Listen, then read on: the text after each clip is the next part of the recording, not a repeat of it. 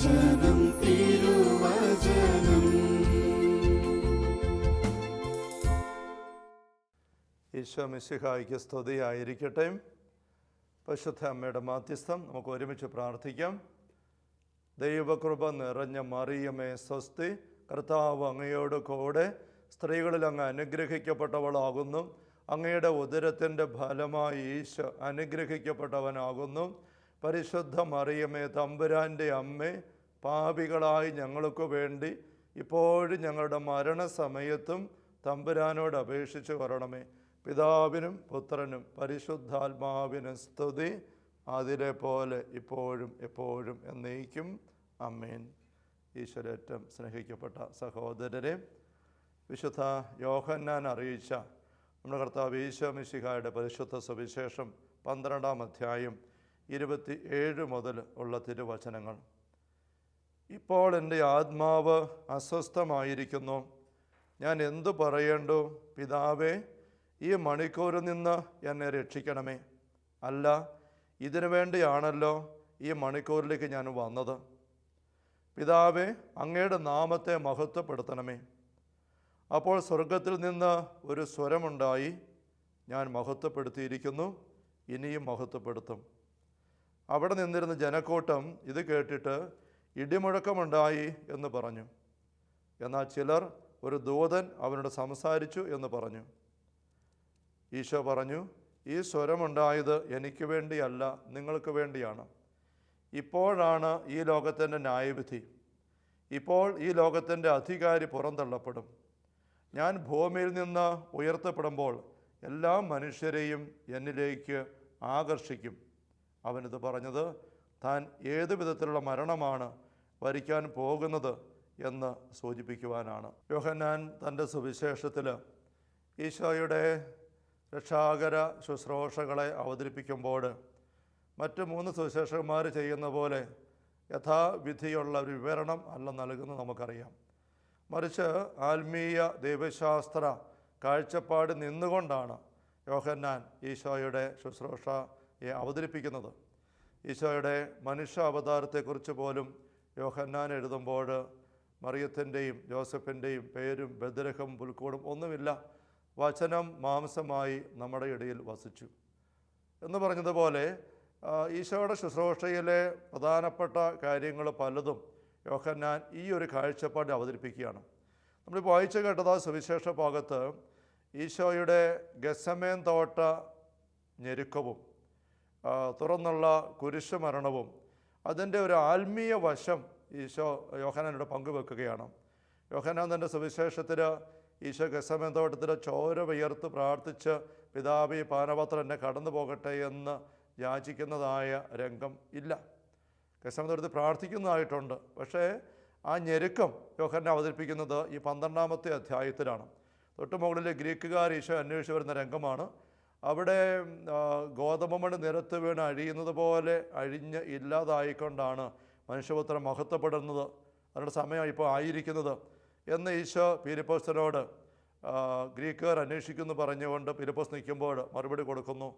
അപ്പോൾ ഗോതമ്പ് മണിയുടെ ഉദാഹരണം ഈശോ പറയുമ്പോൾ തൻ്റെ തന്നെ കുരിശുമരണത്തിൻ്റെ നേർക്കാഴ്ചയാണ് ഈശോയ്ക്ക് തൻ്റെ ഉള്ളിൽ കിട്ടുന്നത്.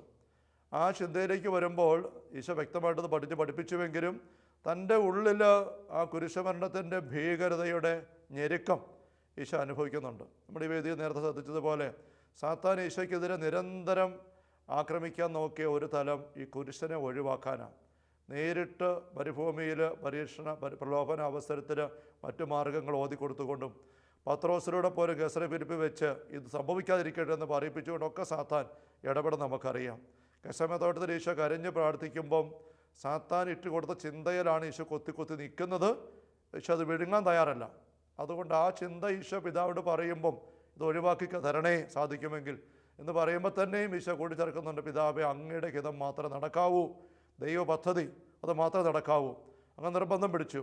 ആ ഒരു പോരാട്ടത്തിൻ്റെ ഒരു അനുഭവം യോഹന്നാൻ സുവിശേഷകൻ പങ്കുവെക്കുന്നത് ഈ 12-ാം അധ്യായത്തിൽ ഈ അവസരത്തിലാണ്. 27 വാക്യങ്ങളിൽ ഈശോ പറയുന്നത്, എൻ്റെ ആത്മാവ് അസ്വസ്ഥമായിരിക്കുന്നു, ഞാൻ എന്തു പറയേണ്ടു? പിതാവേ, ഈ മണിക്കൂറിൽ നിന്ന് എന്നെ രക്ഷിക്കണമേ, ഈ പാനപാത്രം ഒഴിവാക്കി തരണേ, എന്നെ കടന്നു പോകട്ടെ എന്ന് പറയുന്നത് തന്നെയാണ്. ആ ഗോതമ്പ് മണി അഴിയുന്നവർ ഞാൻ അഴിഞ്ഞില്ലാതാകുന്ന മരണത്തിലേക്ക് പോകുന്ന മണിക്കൂർ ഒഴിവാക്കി തരണേ, എന്നെ രക്ഷിക്കണമേ എന്ന് ഈശോ പറഞ്ഞു. പക്ഷേ ഈശോ കൂട്ടിച്ചേർക്കാണ്, അല്ല, തിരുത്തുകയാണ്. ഇതിനു വേണ്ടിയാണല്ലോ ഈ മണിക്കൂറിലേക്ക് ഞാൻ വന്നത്, ഈ ഭൂമിയിലേക്ക് തന്നെ ഞാൻ വന്നത് ഇതിനു വേണ്ടിയിട്ടാണ്. അവിടെ അത് ഒഴിവാക്കി തരണേ എന്നുള്ള പ്രാർത്ഥന അപ്പാ വേണ്ട. അതുകൊണ്ട് ഈശോ തിരുത്തിക്കൊണ്ട് പറയുകയാണ്, പിതാവേ, അങ്ങയുടെ നാമത്തെ മഹത്വപ്പെടുത്തണമേ. എൻ്റെ ഇഷ്ടവും അനിഷ്ടവും ഞെരുക്കമൊന്നും അങ്ങ് നോക്കണ്ട, അങ്ങയുടെ നാമത്തെ മഹത്വപ്പെടുത്തണമേ. അങ്ങയുടെ രക്ഷാകര പദ്ധതി വിജയിക്കട്ടെ എന്നിലൂടെ. അപ്പോഴാണ് മറുപടി വരുന്നത്, ഞാൻ മഹത്വപ്പെടുത്തിയിരിക്കുന്നു, ഇനിയും മഹത്വപ്പെടുത്തും. അത് ഈശോ ജനക്കൂട്ടം പറഞ്ഞു, ഇടിമുഴക്കമുണ്ടായി, മാലാഖ മിണ്ടിയതാ. ഈശോ പറഞ്ഞു, ഈ സ്വരമുണ്ടായി, അതെന്തെങ്കിലും ആട്ടെ, അത് നിങ്ങൾക്ക് വേണ്ടിയിട്ടാണ്, നിങ്ങളുടെ വിടുതലിന് വേണ്ടിയിട്ടാണ്, ദൈവത്തിൻ്റെ മഹത്വം നിങ്ങളുടെ ജീവിതങ്ങളിൽ ഉണ്ടാകാൻ വേണ്ടിയിട്ടാണ്. എന്നിട്ട് ഈശോ അതിനെ വിശദീകരിക്കുകയാണ്. എന്താണ്? 31-32 വാക്യങ്ങൾ. ഇപ്പോഴാണ് ഈ ലോകത്തിൻ്റെ ന്യായവിധി, ഇപ്പോൾ ഈ ലോകത്തിൻ്റെ അധികാരി പുറന്തള്ളപ്പെടും. എന്താ ഈശോ ഉദ്ദേശിക്കുന്നത്? തുടരുകയാണ് ഈശോ, ഞാൻ ഭൂമിയിൽ നിന്ന് ഉയർത്തപ്പെടുമ്പോൾ എല്ലാ മനുഷ്യരെയും എന്നിലേക്ക് ആകർഷിക്കും. എന്താ ഭൂമിയിൽ നിന്ന് ഉയർത്തപ്പെടുക? അത് കുരിശിൽ ഉയർത്തപ്പെടുന്നതാണ്. അതുകൊണ്ടാണ് തുറന്നു യോഹന്നാനോട് ചേർക്കുകയാണ്, അവനിത് പറഞ്ഞത് താൻ ഏത് വിധത്തിലുള്ള മരണമാണ് വരിക്കാൻ പോകുന്നത് എന്ന് സൂചിപ്പിക്കാനാണ്. അപ്പോൾ കുരിശുമരണത്തെക്കുറിച്ചാണ് ആ സൂചന. കുരിശുമരത്തിൽ ഉയർത്തപ്പെടുന്നതിനെക്കുറിച്ചാണ്. അപ്പോൾ കുരിശുമരത്തിൽ താൻ ഉയർത്തപ്പെടുന്നു. ആ കുരിശുമരത്തിലെ പീഡ, അതേക്കുറിച്ച് ആണ് ഈ മണിക്കൂർ തന്നെ രക്ഷിക്കണമെന്ന് പ്രാർത്ഥിച്ചു പോയത്. അത് ഭീകരമാണ്, സഹനമാണ്, കുരിശാണ്. ചോര വിയർക്കുന്ന പോലത്തെ അനുഭവം ഇവിടെ ഈശോ ഞെരുങ്ങുകയാണ്. ആൾക്കാരുടെ ഇടയിൽ നിൽക്കുമ്പോൾ പോലും, രസപത്രത്തിൽ അല്ലാതിരുന്നിട്ട് പോലും. പക്ഷേ അതുവഴി ദൈവത്തിന് മഹത്വം ഉണ്ടാവണം. നമ്മൾ സ്വർഗസ്വനായ പിതാവേ എന്ന് പ്രാർത്ഥിക്കുമ്പോൾ അവസാനം കൂടിച്ചെന്ന് പ്രാർത്ഥിക്കാറില്ലേ? എന്തുകൊണ്ടെന്നാൽ രാജ്യവും ശക്തിയും മഹത്വവും അങ്ങയുടേതാണ്. അങ്ങനെ എടുത്തു പറയാൻ കാരണം, ആ രാജ്യവും ശക്തിയും മഹത്വവും അങ്ങയുടെ കയ്യിൽ തട്ടിപ്പറിച്ച് സാത്താൻ കൊണ്ടുപോയി മനുഷ്യരെ വഞ്ചിച്ചിട്ട്. രാജ്യം, ദൈവരാജ്യം പോയി നരകരാജ്യമായി. ശക്തി, സാത്താൻ്റെ ശക്തിക്ക് മനുഷ്യൻ കീഴ്പ്പെട്ടു. അതുകൊണ്ട് ഈശോ പറയുന്നത് മത്തായി 12 കൂടുതൽ ശക്തനായവൻ വന്ന് ഈ ശക്തനെ ബന്ധിക്കണം, എങ്കിലേ അവൻ്റെ കസ്റ്റഡിയുള്ളവളെ വീണ്ടെടുക്കാൻ പറ്റുകയുള്ളൂ. മഹത്വം അതുകൊണ്ട് സാത്താനായിപ്പോയി. അത് മാറണം. രാജ്യവും ശക്തിയും മഹത്വവും എന്നേക്കും ദൈവത്തിൻ്റെതാവണം. ആ മഹത്വത്തിലേക്ക് ദൈവം തെളിഞ്ഞ് മനുഷ്യരുടെ മുമ്പിൽ, ദൈവത്തിൻ്റെ മഹത്വത്തിന് മനുഷ്യരാരും അംഗീകരിച്ചില്ലെങ്കിലും കുറവൊന്നുമില്ല. നമുക്കറിയാം, ദൈവത്തിന് മാറ്റമൊന്നും വരുത്താൻ ആർക്കും പറ്റത്തില്ല. പക്ഷേ മനുഷ്യർക്കിടയിൽ ദൈവത്തിന് മഹത്വം ഉണ്ടാവുന്നത് ദൈവം അവരെ ഭരിക്കുമ്പോഴാണ്. അതിലേക്ക് എങ്ങനെയാണ് വരിക? താൻ കുരിശിൽ ഉയർത്തപ്പെടുമ്പോൾ, തൻ്റെ കുരിശ് മരണം വഴിയാണ്. ആ കുരിശുമരണത്തിൽ എന്താ സംഭവിക്കുക? വളരെ കാഴ്ചക്കുറുക്കി നല്ല ആത്മീയ കരുത്തും ദൈവശാസ്ത്ര നിറവുമുള്ള ഒരൊറ്റ വാക്യത്തിൽ ഈശോ പറയുകയാണ്, ഈ ലോകത്തിൻ്റെ അധികാരി പുറന്തള്ളപ്പെടും ഞാൻ കുരിശിൽ ഉയർത്തപ്പെടുമ്പോൾ, ഞാൻ കുരിശിൽ മരിക്കുമ്പോൾ. ഈശോയുടെ കുരിശ് മരണത്തിൻ്റെ വലിയ അർത്ഥം, പ്രസക്തി ഈശോ കാണുന്നത് അതൊരു സാത്താനെ ബഹിഷ്കരിക്കുന്ന ശക്തമായ സംഭവമാണ്. ഈശോ രക്ഷകനാണ് എന്ന് പറയുമ്പോൾ എന്താ അർത്ഥം? എന്തിൽ നിന്നാണ് ഈശോ നമ്മളെ രക്ഷിക്കുന്നത്? അപ്പോൾ പലപ്പോഴും നമ്മൾ പാപത്തിൽ നിന്നാണ് രക്ഷിക്കുന്നത്. ഈ പാപമെന്ന് പറയുന്നത് എന്താ? അത് പിശാചിൻ്റെ പ്രവൃത്തിയാണ്. ആദ്യ പാപം പോലും പിശാചിൻ്റെ ഓതലിലാണ്, വഞ്ചനയിലാണ് സംഭവിച്ചത്. അതുകൊണ്ട് പാപത്തിൽ നിന്നും അനുബന്ധമായ സകല അടിമത്തങ്ങളിൽ നിന്നും നമ്മളെ രക്ഷിക്കുമെന്ന് പറയുമ്പം കുറേ കൂടെ എളുപ്പത്തിലും വ്യക്തമായിട്ട് തെളിച്ചും പറയാവുന്നത് സാത്താൻ്റെ പിടിയിൽ നിന്ന് രക്ഷിക്കുക എന്നുള്ളതാണ്. അതുകൊണ്ട് 1 യോഹന്നാൻ 3:8 വാക്യത്തിലൊക്കെ പിശാചിൻ്റെ പ്രവൃത്തികളെ, അത് പാപമാണ്, നശിപ്പിക്കാനാണ് ദൈവത്തരം വന്നത്. പാപങ്ങൾ ഏറ്റെടുക്കാൻ വേണ്ടിയിട്ടാണ് ദൈവത്തരം പ്രത്യക്ഷനായത് എന്ന് 1 യോഹന്നാൻ 3:5 വാക്യത്തിൽ വായിക്കുന്നുണ്ട്. പാപങ്ങൾ ഏറ്റെടുക്കാൻ. യോഹന്നാൻ്റെ സുവിശേഷം 1:29 സ്നാപയോഹന്നാൻ ഈശോ അവതരിപ്പിക്കുന്ന, പരിചയപ്പെടുത്തുന്ന തന്നെ ലോകത്തിൻ്റെ പാപം നീക്കുന്ന ദൈവത്തിൻ്റെ കുഞ്ഞാട്. ഈശോയുടെ പേരിൻ്റെ തന്നെ അർത്ഥം മത്തായി 1:18 നമ്മൾ വായിക്കുന്നു, 21 വായിക്കുന്നു, യേശു എന്ന് വിളിക്കപ്പെടണം, എന്തെന്നാൽ അവൻ തൻ്റെ ജനത്തെ പാപങ്ങളിൽ നിന്ന് മോചിക്കും. സക്കറിയ പുരോഹിതൻ സ്നാപകൻ്റെ പേര് എഴുത്തുപലക എഴുതിയപ്പോൾ നാവിൻ്റെ കട്ടഴിഞ്ഞു പ്രവചിക്കുകയാണ്. അപ്പോൾ ലൂക്ക 1:77 വാക്യത്തിൽ നമ്മൾ വായിക്കുന്നുണ്ട്, പാപം മോചനം വഴിയുള്ള രക്ഷയെക്കുറിച്ച് അറിവ് കൊടുക്കാൻ ആ പൈതലെ നീ അവൻ്റെ പിന്നെ പോവുക. അപ്പോൾ ഈശോയും ബന്ധപ്പെട്ട എല്ലാം പാപമോചനം ബന്ധപ്പെട്ടതാണ്. എന്തുകൊണ്ടാണ്? സാത്താൻ്റെ പ്രവൃത്തിയാണ് പാപം. അവിടെ ഈശോയുടെ ശുശ്രൂഷ മുഴുവനും സാത്താനെ തകർക്കാൻ വേണ്ടിയിട്ടാണ്. ഈ ഒരു കാര്യം നമ്മൾ തെളിച്ച് മനസ്സിൽ കുറിച്ച് വെക്കണം. അവിടെ കുരിശുമരണത്തിൻ്റെ അർത്ഥം എന്താ? നമ്മൾ ഈശ്വര പീഡാസഹനം ധ്യാനിക്കുമ്പോൾ, കുരിശുമരണം ധ്യാനിക്കുമ്പോൾ, ദുഃഖവെള്ളിയാഴ്ച കുരിശിൻ്റെ വഴി നടത്തുമ്പോൾ അത് വെറും ഈശോയുടെ സ്നേഹം കാണിക്കാൻ വേണ്ടി കരച്ചൊരു ഭക്തിയൊന്നുമല്ല. അങ്ങനെ കരഞ്ഞ ഭക്തശ്രീകളെ ഈശോ നിരുത്സാഹപ്പെടുത്തിയില്ലേ? നിങ്ങൾ എന്നെ ഓർത്ത് കരയണം, നിങ്ങളുടെ മക്കളെ ഓർത്ത് കരഞ്ഞേ എന്ന് വെച്ചാൽ അതിൻ്റെ വ്യംഗ്യാർത്ഥം നമുക്കറിയാം. നമ്മുടെ ജീവിതത്തിൻ്റെ ചെയ്തികളെ, പാപങ്ങളെ ഓർത്ത് കരഞ്ഞേ അതിനകത്ത് ഫ്രീ ആകാൻ നോക്കിക്കേ. ഇതാരും എന്നെ ബലമായിട്ട് പിടിച്ചെടുത്ത് പോകുന്നു, ഞാൻ സ്വമേധ സമർപ്പിക്കുന്നതാണ് ആടുകളെ രക്ഷിക്കാൻ വേണ്ടിയിട്ട്. അപ്പോൾ ഈശോ തൻ്റെ കുരിശുമരണത്തിൻ്റെ പ്രസക്തി കാണുന്നത് അതൊരു വലിയ ഉച്ചാടന സംഭവമാണ്, എക്സോർസിസമാണ്. യോഹന്നാൻ സുവിശേഷത്തെക്കുറിച്ച് വ്യാഖ്യാനിക്കുന്ന പിതാക്കന്മാർ പറയും, യോഹന്നാൻ തൻ്റെ സുവിശേഷത്തിൽ പിശാചിനെ ഈശോ ബഹിഷ്കരിക്കുന്നതായി ഒരു സംഭവം രേഖപ്പെടുത്തിയിട്ടില്ല. പക്ഷെ പിശാചിനെക്കുറിച്ച് ഇവിടെ ആഴപ്പെട്ട പരാമർശനങ്ങളുണ്ട്. യൂദാസ് സാത്താൻ കയറുന്നതും, ഈശോയ്ക്ക് പിശാചുണ്ടെന്ന് യഹൂദർ ആരോപിക്കുന്നതും, വിശ്വസിക്കാത്ത യൂദാസിനെ പിശാചാണെന്ന് ഈശോ പറയുന്നതും, അതുപോലെ തന്നെ വിശ്വസിക്കാത്ത യഹൂദരെ നിങ്ങൾ നിങ്ങളുടെ പിതാവായ പിശാചിനുള്ളവരാണ്. അങ്ങനെ വ്യക്തമായി കൃത്യമായിട്ട് ഉള്ള പൈശാചിക സൂചനകൾ യോഹന്നാൻ തരുന്നുണ്ട്. പക്ഷേ പിശാചിനെ ബഹിഷ്കരിക്കുന്ന ഒരു സംഭവം പോലും ഇല്ല.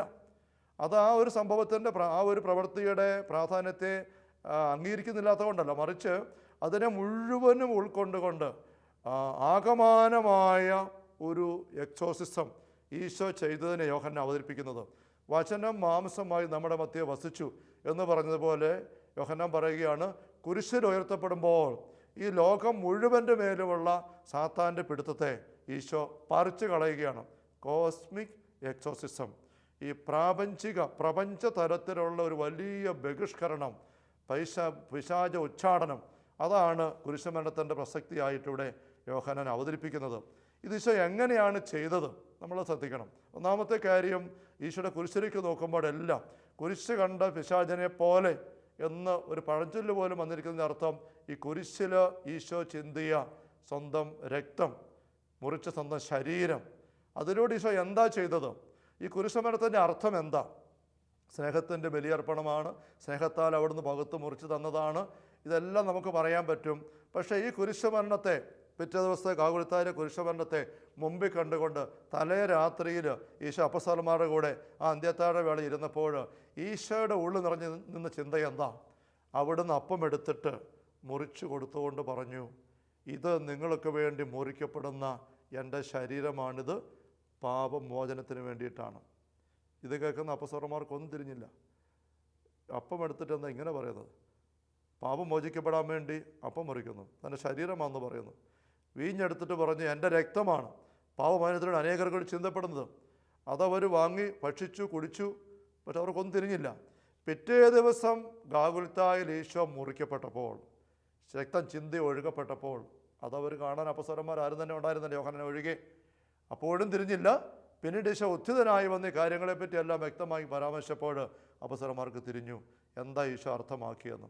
അപ്പോൾ പെസഹായിൽ ഈശോ വിശുദ്ധ കുർബാന സ്ഥാപിക്കുമ്പം ആ വാക്കുകളിൽ തൻ്റെ കുരിശുമരണത്തെയാണ് സ്ഥാപിച്ചത്. കുരിശുമരണത്തിന് അർത്ഥം കൊടുക്കുകയാണ്.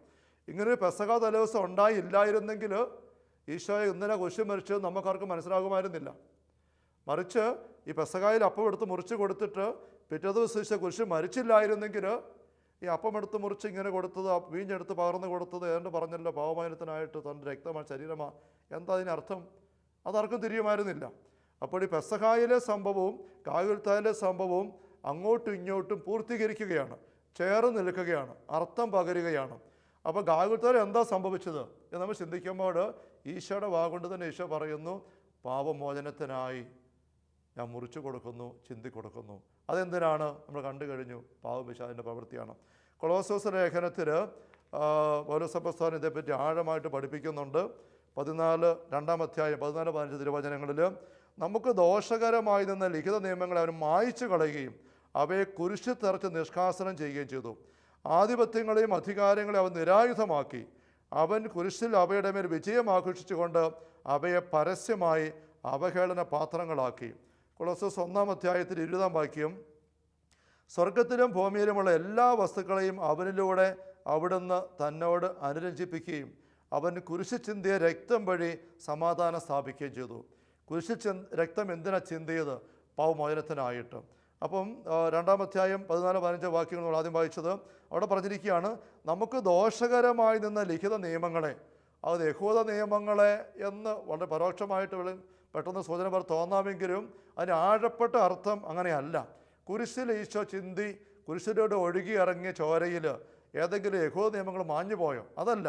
പഴയ നിയമത്തിൻ്റെ കാര്യം മാഞ്ഞു പോവുകയല്ല, മറിച്ച് എന്താ പറയുന്നത്, ഈ നമുക്ക് ദോഷകരമായി നിന്ന ലിഖിത നിയമങ്ങൾ എന്ന് പറയുമ്പോൾ അത് ആധിപത്യങ്ങളെയും അധികാരങ്ങളെയും അവൻ നിരായുധമാക്കാൻ വേണ്ടി കുരിശിൽ അവയുടെ മേലെ വിജയം ആഘോഷിച്ചു, പരസ്യമയം അവഹേളന പാത്രമാക്കാൻ വേണ്ടി ചെയ്തതാണ്.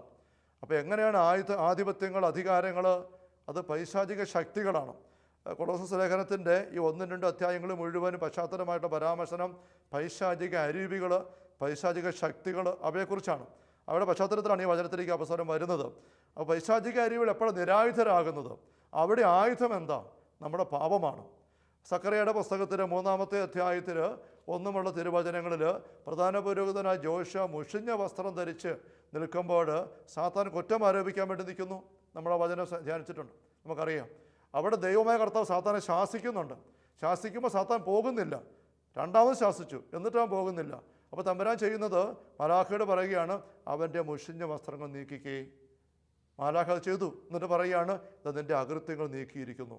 അപ്പോൾ മുഷിഞ്ഞ വസ്ത്രങ്ങൾ അകൃത്യങ്ങളാണ്, പാപങ്ങളാണ്.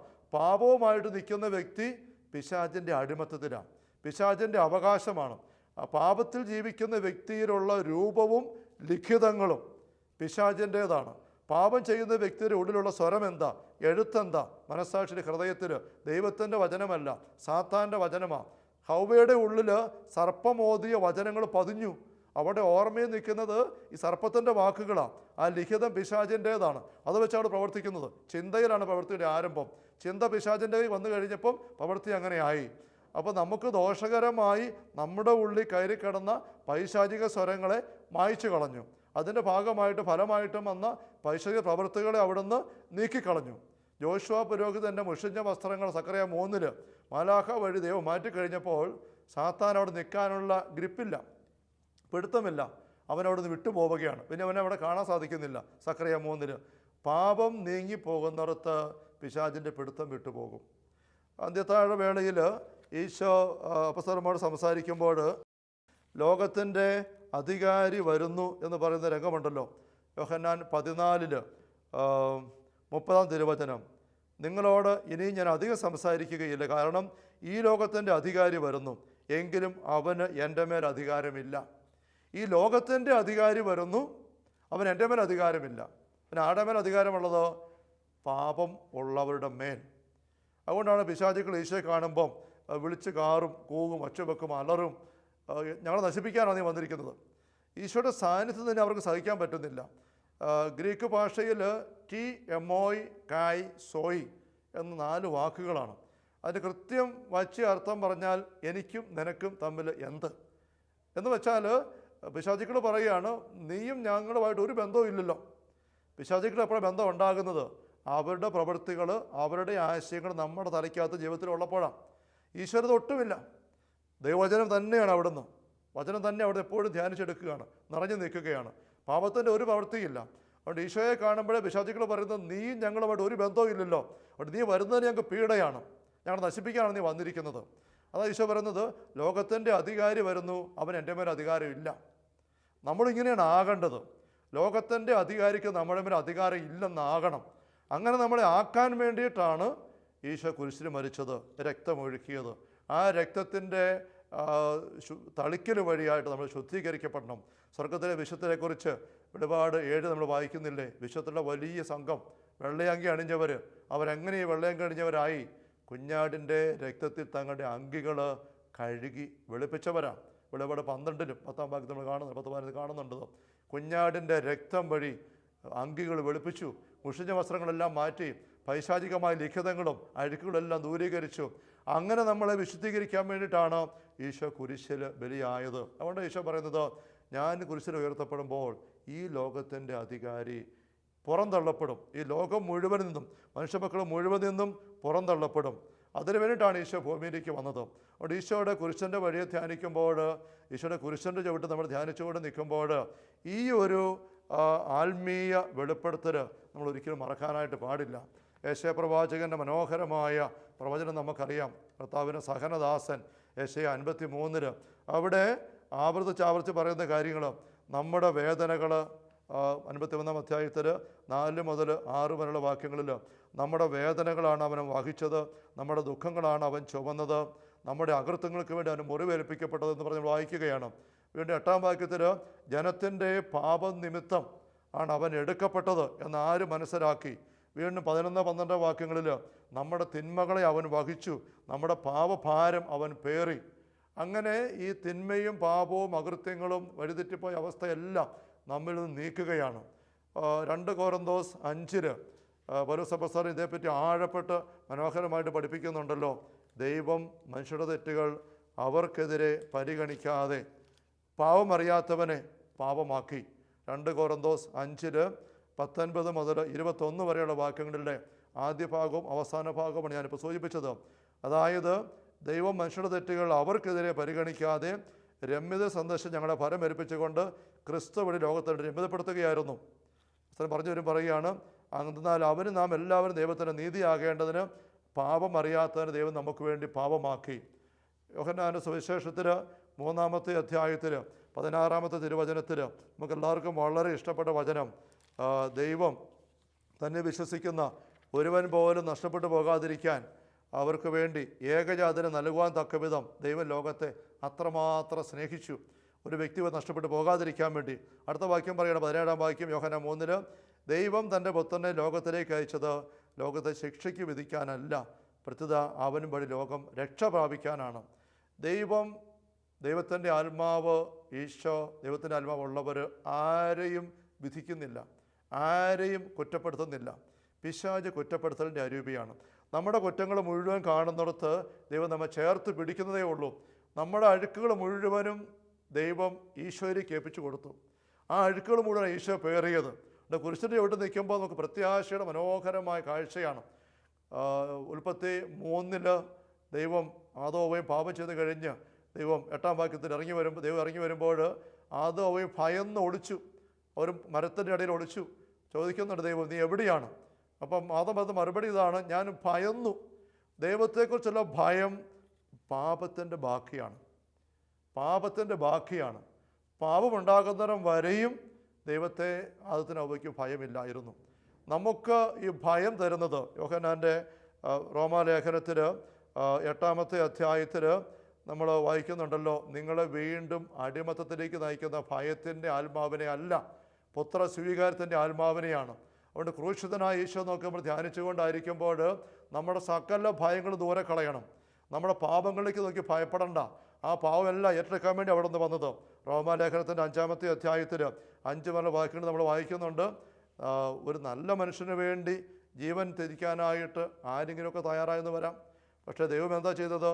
നമ്മൾ പാപികളായിരിക്കെ നമുക്ക് വേണ്ടി മരിക്കാൻ ഏകപുത്രനെ അവിടുന്ന് നിയോഗിച്ചു. അങ്ങനെ നമുക്ക് വേണ്ടി ബലിയായി. ആ ഈശോയുടെ പക്കലേക്ക്, ആ പിതാവിൻ്റെ പക്കലേക്ക് നമ്മൾ ചേർന്ന് നിൽക്കുന്ന അവസരമാണ് ക്രൂശിതനായ ഈശോയുടെ കുരിശിൻ്റെ ചുവട്ടിൽ നിൽക്കുന്ന അവസരം. ആ ക്രൂശിനെ നോക്കുമ്പോൾ ഈശോ മൗനമായിട്ട് കുരിശിൽ കിടന്നുകൊണ്ട് വിളിച്ചു പറയുന്നത്, ഇതാ ലോകം മുഴുവനിൽ നിന്നും, മക്കളെ നിങ്ങളുടെ ജീവിതത്തിൽ നിന്നും സാത്താൻ്റെ സകല അവകാശങ്ങളെയും ഈ കുരിശിന്റെ രക്തത്താൽ ഞാൻ കഴുകി മായിച്ച് കളഞ്ഞിരിക്കുന്നു. ഇനി എൻ്റെ മക്കൾ ആരും പേടിക്കണ്ട. നിങ്ങളുടെ പാപങ്ങളുണ്ടോ വന്നേ ഏറ്റു പറഞ്ഞാൽ മതി, ഞാൻ നിങ്ങളെ ചേർത്ത് പിടിച്ചുകൊള്ളാം. ഇനി ആരും ഭയന്ന് മാറണ്ട, നമ്മൾ ചേർത്ത് പിടിക്കുകയാണ്. കർത്താവിൻ്റെ കുരിശിൻ്റെ ചുവട്ടിലേക്ക് ഈ പ്രത്യാശയിൽ നമുക്ക് കടന്നു വരാനായിട്ട് സാധിക്കട്ടെ. നമ്മുടെ ജീവിതത്തിലെ ബലഹീനതകളും തഴക്കദോഷങ്ങളും പാപത്തിൻ്റെ ഭാരങ്ങളും എന്തുമാത്രമായാലും അതിനെല്ലാമുള്ള പരിഹാരം ഈശോയുടെ കുരിശിലാണ്. അതുവഴി അവിടെ നമുക്ക് നേടിത്തരുന്ന വിടുതലാണ്. അവിടെ കുരിശിലെ ബലിയുടെ 1-ാമത്തെ സന്ദേശം സമ്പൂർണമായ പൈശാചിക ബഹിഷ്കരണമാണ്. തിന്മയുടെ സകല സ്വാധീനങ്ങളുള്ള കോസ്മിക് എക്സോസിസം നമുക്ക് വേണ്ടി ബലിയായ ഈശ്വര കാഴ്ചപ്പാടിലേക്ക് കുരിശിൻ്റെ വീട്ടിലേക്ക് ചേർന്ന് നിന്നുകൊണ്ട് അവിടെ നമുക്ക് നേടിത്തന്നിരിക്കുന്ന ദൈവരാജ്യ അനുഭവം, സ്വർഗീയ രക്ഷ നിറയെ സ്വന്തമാക്കാനായിട്ട് നന്ദിയുള്ള ഹൃദയത്തിൻ്റെ വിശ്വാസത്തിൽ നമുക്ക് തന്നെ വിട്ടുകൊടുക്കാം. നമുക്കൊരു നിമിഷം നമ്മുടെ ഉള്ളങ്ങളെ പ്രാർത്ഥനയിൽ ഈശ്വര മുമ്പിൽ ചേർക്കാം. ഞങ്ങൾക്ക് വേണ്ടി ഏകപുത്രനെ ഏൽപ്പിച്ച് മരണത്തിന് കൊടുക്കാൻ മാത്രം ഞങ്ങളെ സ്നേഹിച്ച പിതാവായ ദൈവമേ, ഞങ്ങൾ പാപികളായിരിക്കെ ഞങ്ങളെ അങ്ങ് സ്നേഹിച്ചു. ഞങ്ങളുടെ പാപങ്ങൾ ഞങ്ങൾക്കെതിരെ പരിഗണിക്കാതെ പാപമറിയാത്ത ഏകപുത്രനെ പരിഹാരം ബലിയാക്കി ഞങ്ങളുടെ അടുക്കുകളെല്ലാം ആ പുത്രൻ്റെ ബലിയിൽ അങ്ങ് പരിഹരിച്ചു. തള്ളക്കോഴി കുഞ്ഞുങ്ങളെ ചിറകുകൾക്കുള്ളിൽ ചേർക്കുന്ന പോലെ ഞങ്ങളെ ചേർത്ത് നിർത്തുന്നു. ദൈവമേ, ഞങ്ങൾ നന്ദി പറയുന്നു. അവിടുത്തെ നോക്കിയവർ പ്രകാശിതരായി. സങ്കീർത്തകന് പറഞ്ഞത് യേശുവെ ആവർത്തിക്കുന്നുണ്ട്, അവൻ്റെ ക്ഷതങ്ങളാൽ ഞങ്ങൾ സൗഖ്യം പ്രാപിച്ചു. യോഹന്നാന്റെ സുവിശേഷത്തിൽ ഞങ്ങൾ വായിക്കുന്നു, തങ്ങൾ കുത്തി മെറുപെരുപ്പിച്ചവനെ അവർ നോക്കി നിൽക്കും. കർത്താവായ ദൈവമേ, അങ്ങ് തിരുക്കുമാരൻ്റെ കുരിശിൻ്റെ ചുവട്ടിൽ ആ കുരിശിലേക്ക് നോക്കിക്കൊണ്ട് ഞങ്ങൾ നിൽക്കട്ടെ. ഇപ്പോൾ മാത്രമല്ല, ജീവിതത്തിൻ്റെ ഓരോ ദിവസവും. അതുവഴി സകലവിധ തിന്മയുടെ അവകാശങ്ങൾ ഞങ്ങൾ വിട്ടുപോകും ഞങ്ങൾ തിരിച്ചറിയട്ടെ. നന്ദിയോടുകൂടി ഞങ്ങൾ സ്വീകരിക്കട്ടെ. അങ്ങയുടെ ദൈവരാജ്യത്തിൻ്റെ സ്വാതന്ത്ര്യവും മക്കൾക്കടുത്ത സ്നേഹവും സൗഭാഗ്യവും നിരന്തരം ഞങ്ങൾ അനുഭവിക്കുകയും ആഘോഷിക്കുകയും ചെയ്യട്ടെ. പിതാവായ ദൈവമേ, പുത്രനെ ഞങ്ങൾക്കായി ബലിയായി തന്നല്ലോ. ആ ബലിയുടെ ഫലങ്ങൾ ഞങ്ങൾക്ക് തരുന്ന പരിശുദ്ധാത്മാവായ ദൈവമേ, അങ്ങേക്ക് ഞങ്ങൾ നന്ദി പറയുന്നു. ബലിയായ ഈശോയെ ഞങ്ങൾ അങ്ങേ സ്നേഹിക്കുന്നു. കർത്താവായ ദൈവമേ, പരിശുദ്ധ കത്തോലിക്കാ സഭയിലെ എളിയ ദാസനം കനിഞ്ഞു നൽകിയ ശുശ്രൂഷ പൗരോഗത്തിൻ്റെ അഭിഷേക അധികാരം അനുസരിച്ചും പാലാരൂപതയുടെ വാഗമൺ മൗണ്ടരൂപ ധ്യാനകത്തിൻ്റെ നിയമനാധികാരം അനുസരിച്ചും അങ്ങയുടെ പ്രിയപ്പെട്ട മക്കളുടെ മേൽ അങ്ങയുടെ നാമത്തിൻ്റെ കരമുയർത്തി ദാസൻ പ്രാർത്ഥിക്കുന്നു. ഈ ക്രൂശ് രൂപത്തിൻ്റെ അടയാളത്തിലുള്ള ആശീർവാദം ഈ മക്കൾക്ക് നൽകപ്പെടുമ്പോൾ ഈശോയെ, അവർ ഈ നിമിഷങ്ങൾ സ്വീകരിച്ച വചനത്തിൻ്റെ വെളിച്ചം അതനുസരിച്ചുള്ള ദൈവരായ അനുഭവത്തിൽ തെളിയാനുള്ള കൃപ ഈ മക്കൾക്ക് സമൃദ്ധമായിട്ട് ഒഴുകി നിറയട്ടെ. കർത്താവ് യേശു മിശിഹായുടെ സമൃദ്ധമായ കൃപയും അനുഗ്രഹങ്ങളും പിതാവായ ദൈവത്തിൻ്റെ അവർണ്ണനീയമായ സ്നേഹവും പരിശുദ്ധാത്മാവായ ദൈവത്തിൻ്റെ നിരന്തരമായ സാന്നിധ്യസഹവാസവും സ്നേഹമുള്ളവരെ നാം ഓരോരുത്തരോടും കൂടെ ഉണ്ടായിരിക്കട്ടെ, ഇപ്പോഴും എപ്പോഴും എന്നേക്കും. ആമേൻ. ഈശോ മിശിഹായ്ക്ക് സ്തുതിയായിരിക്കട്ടെ.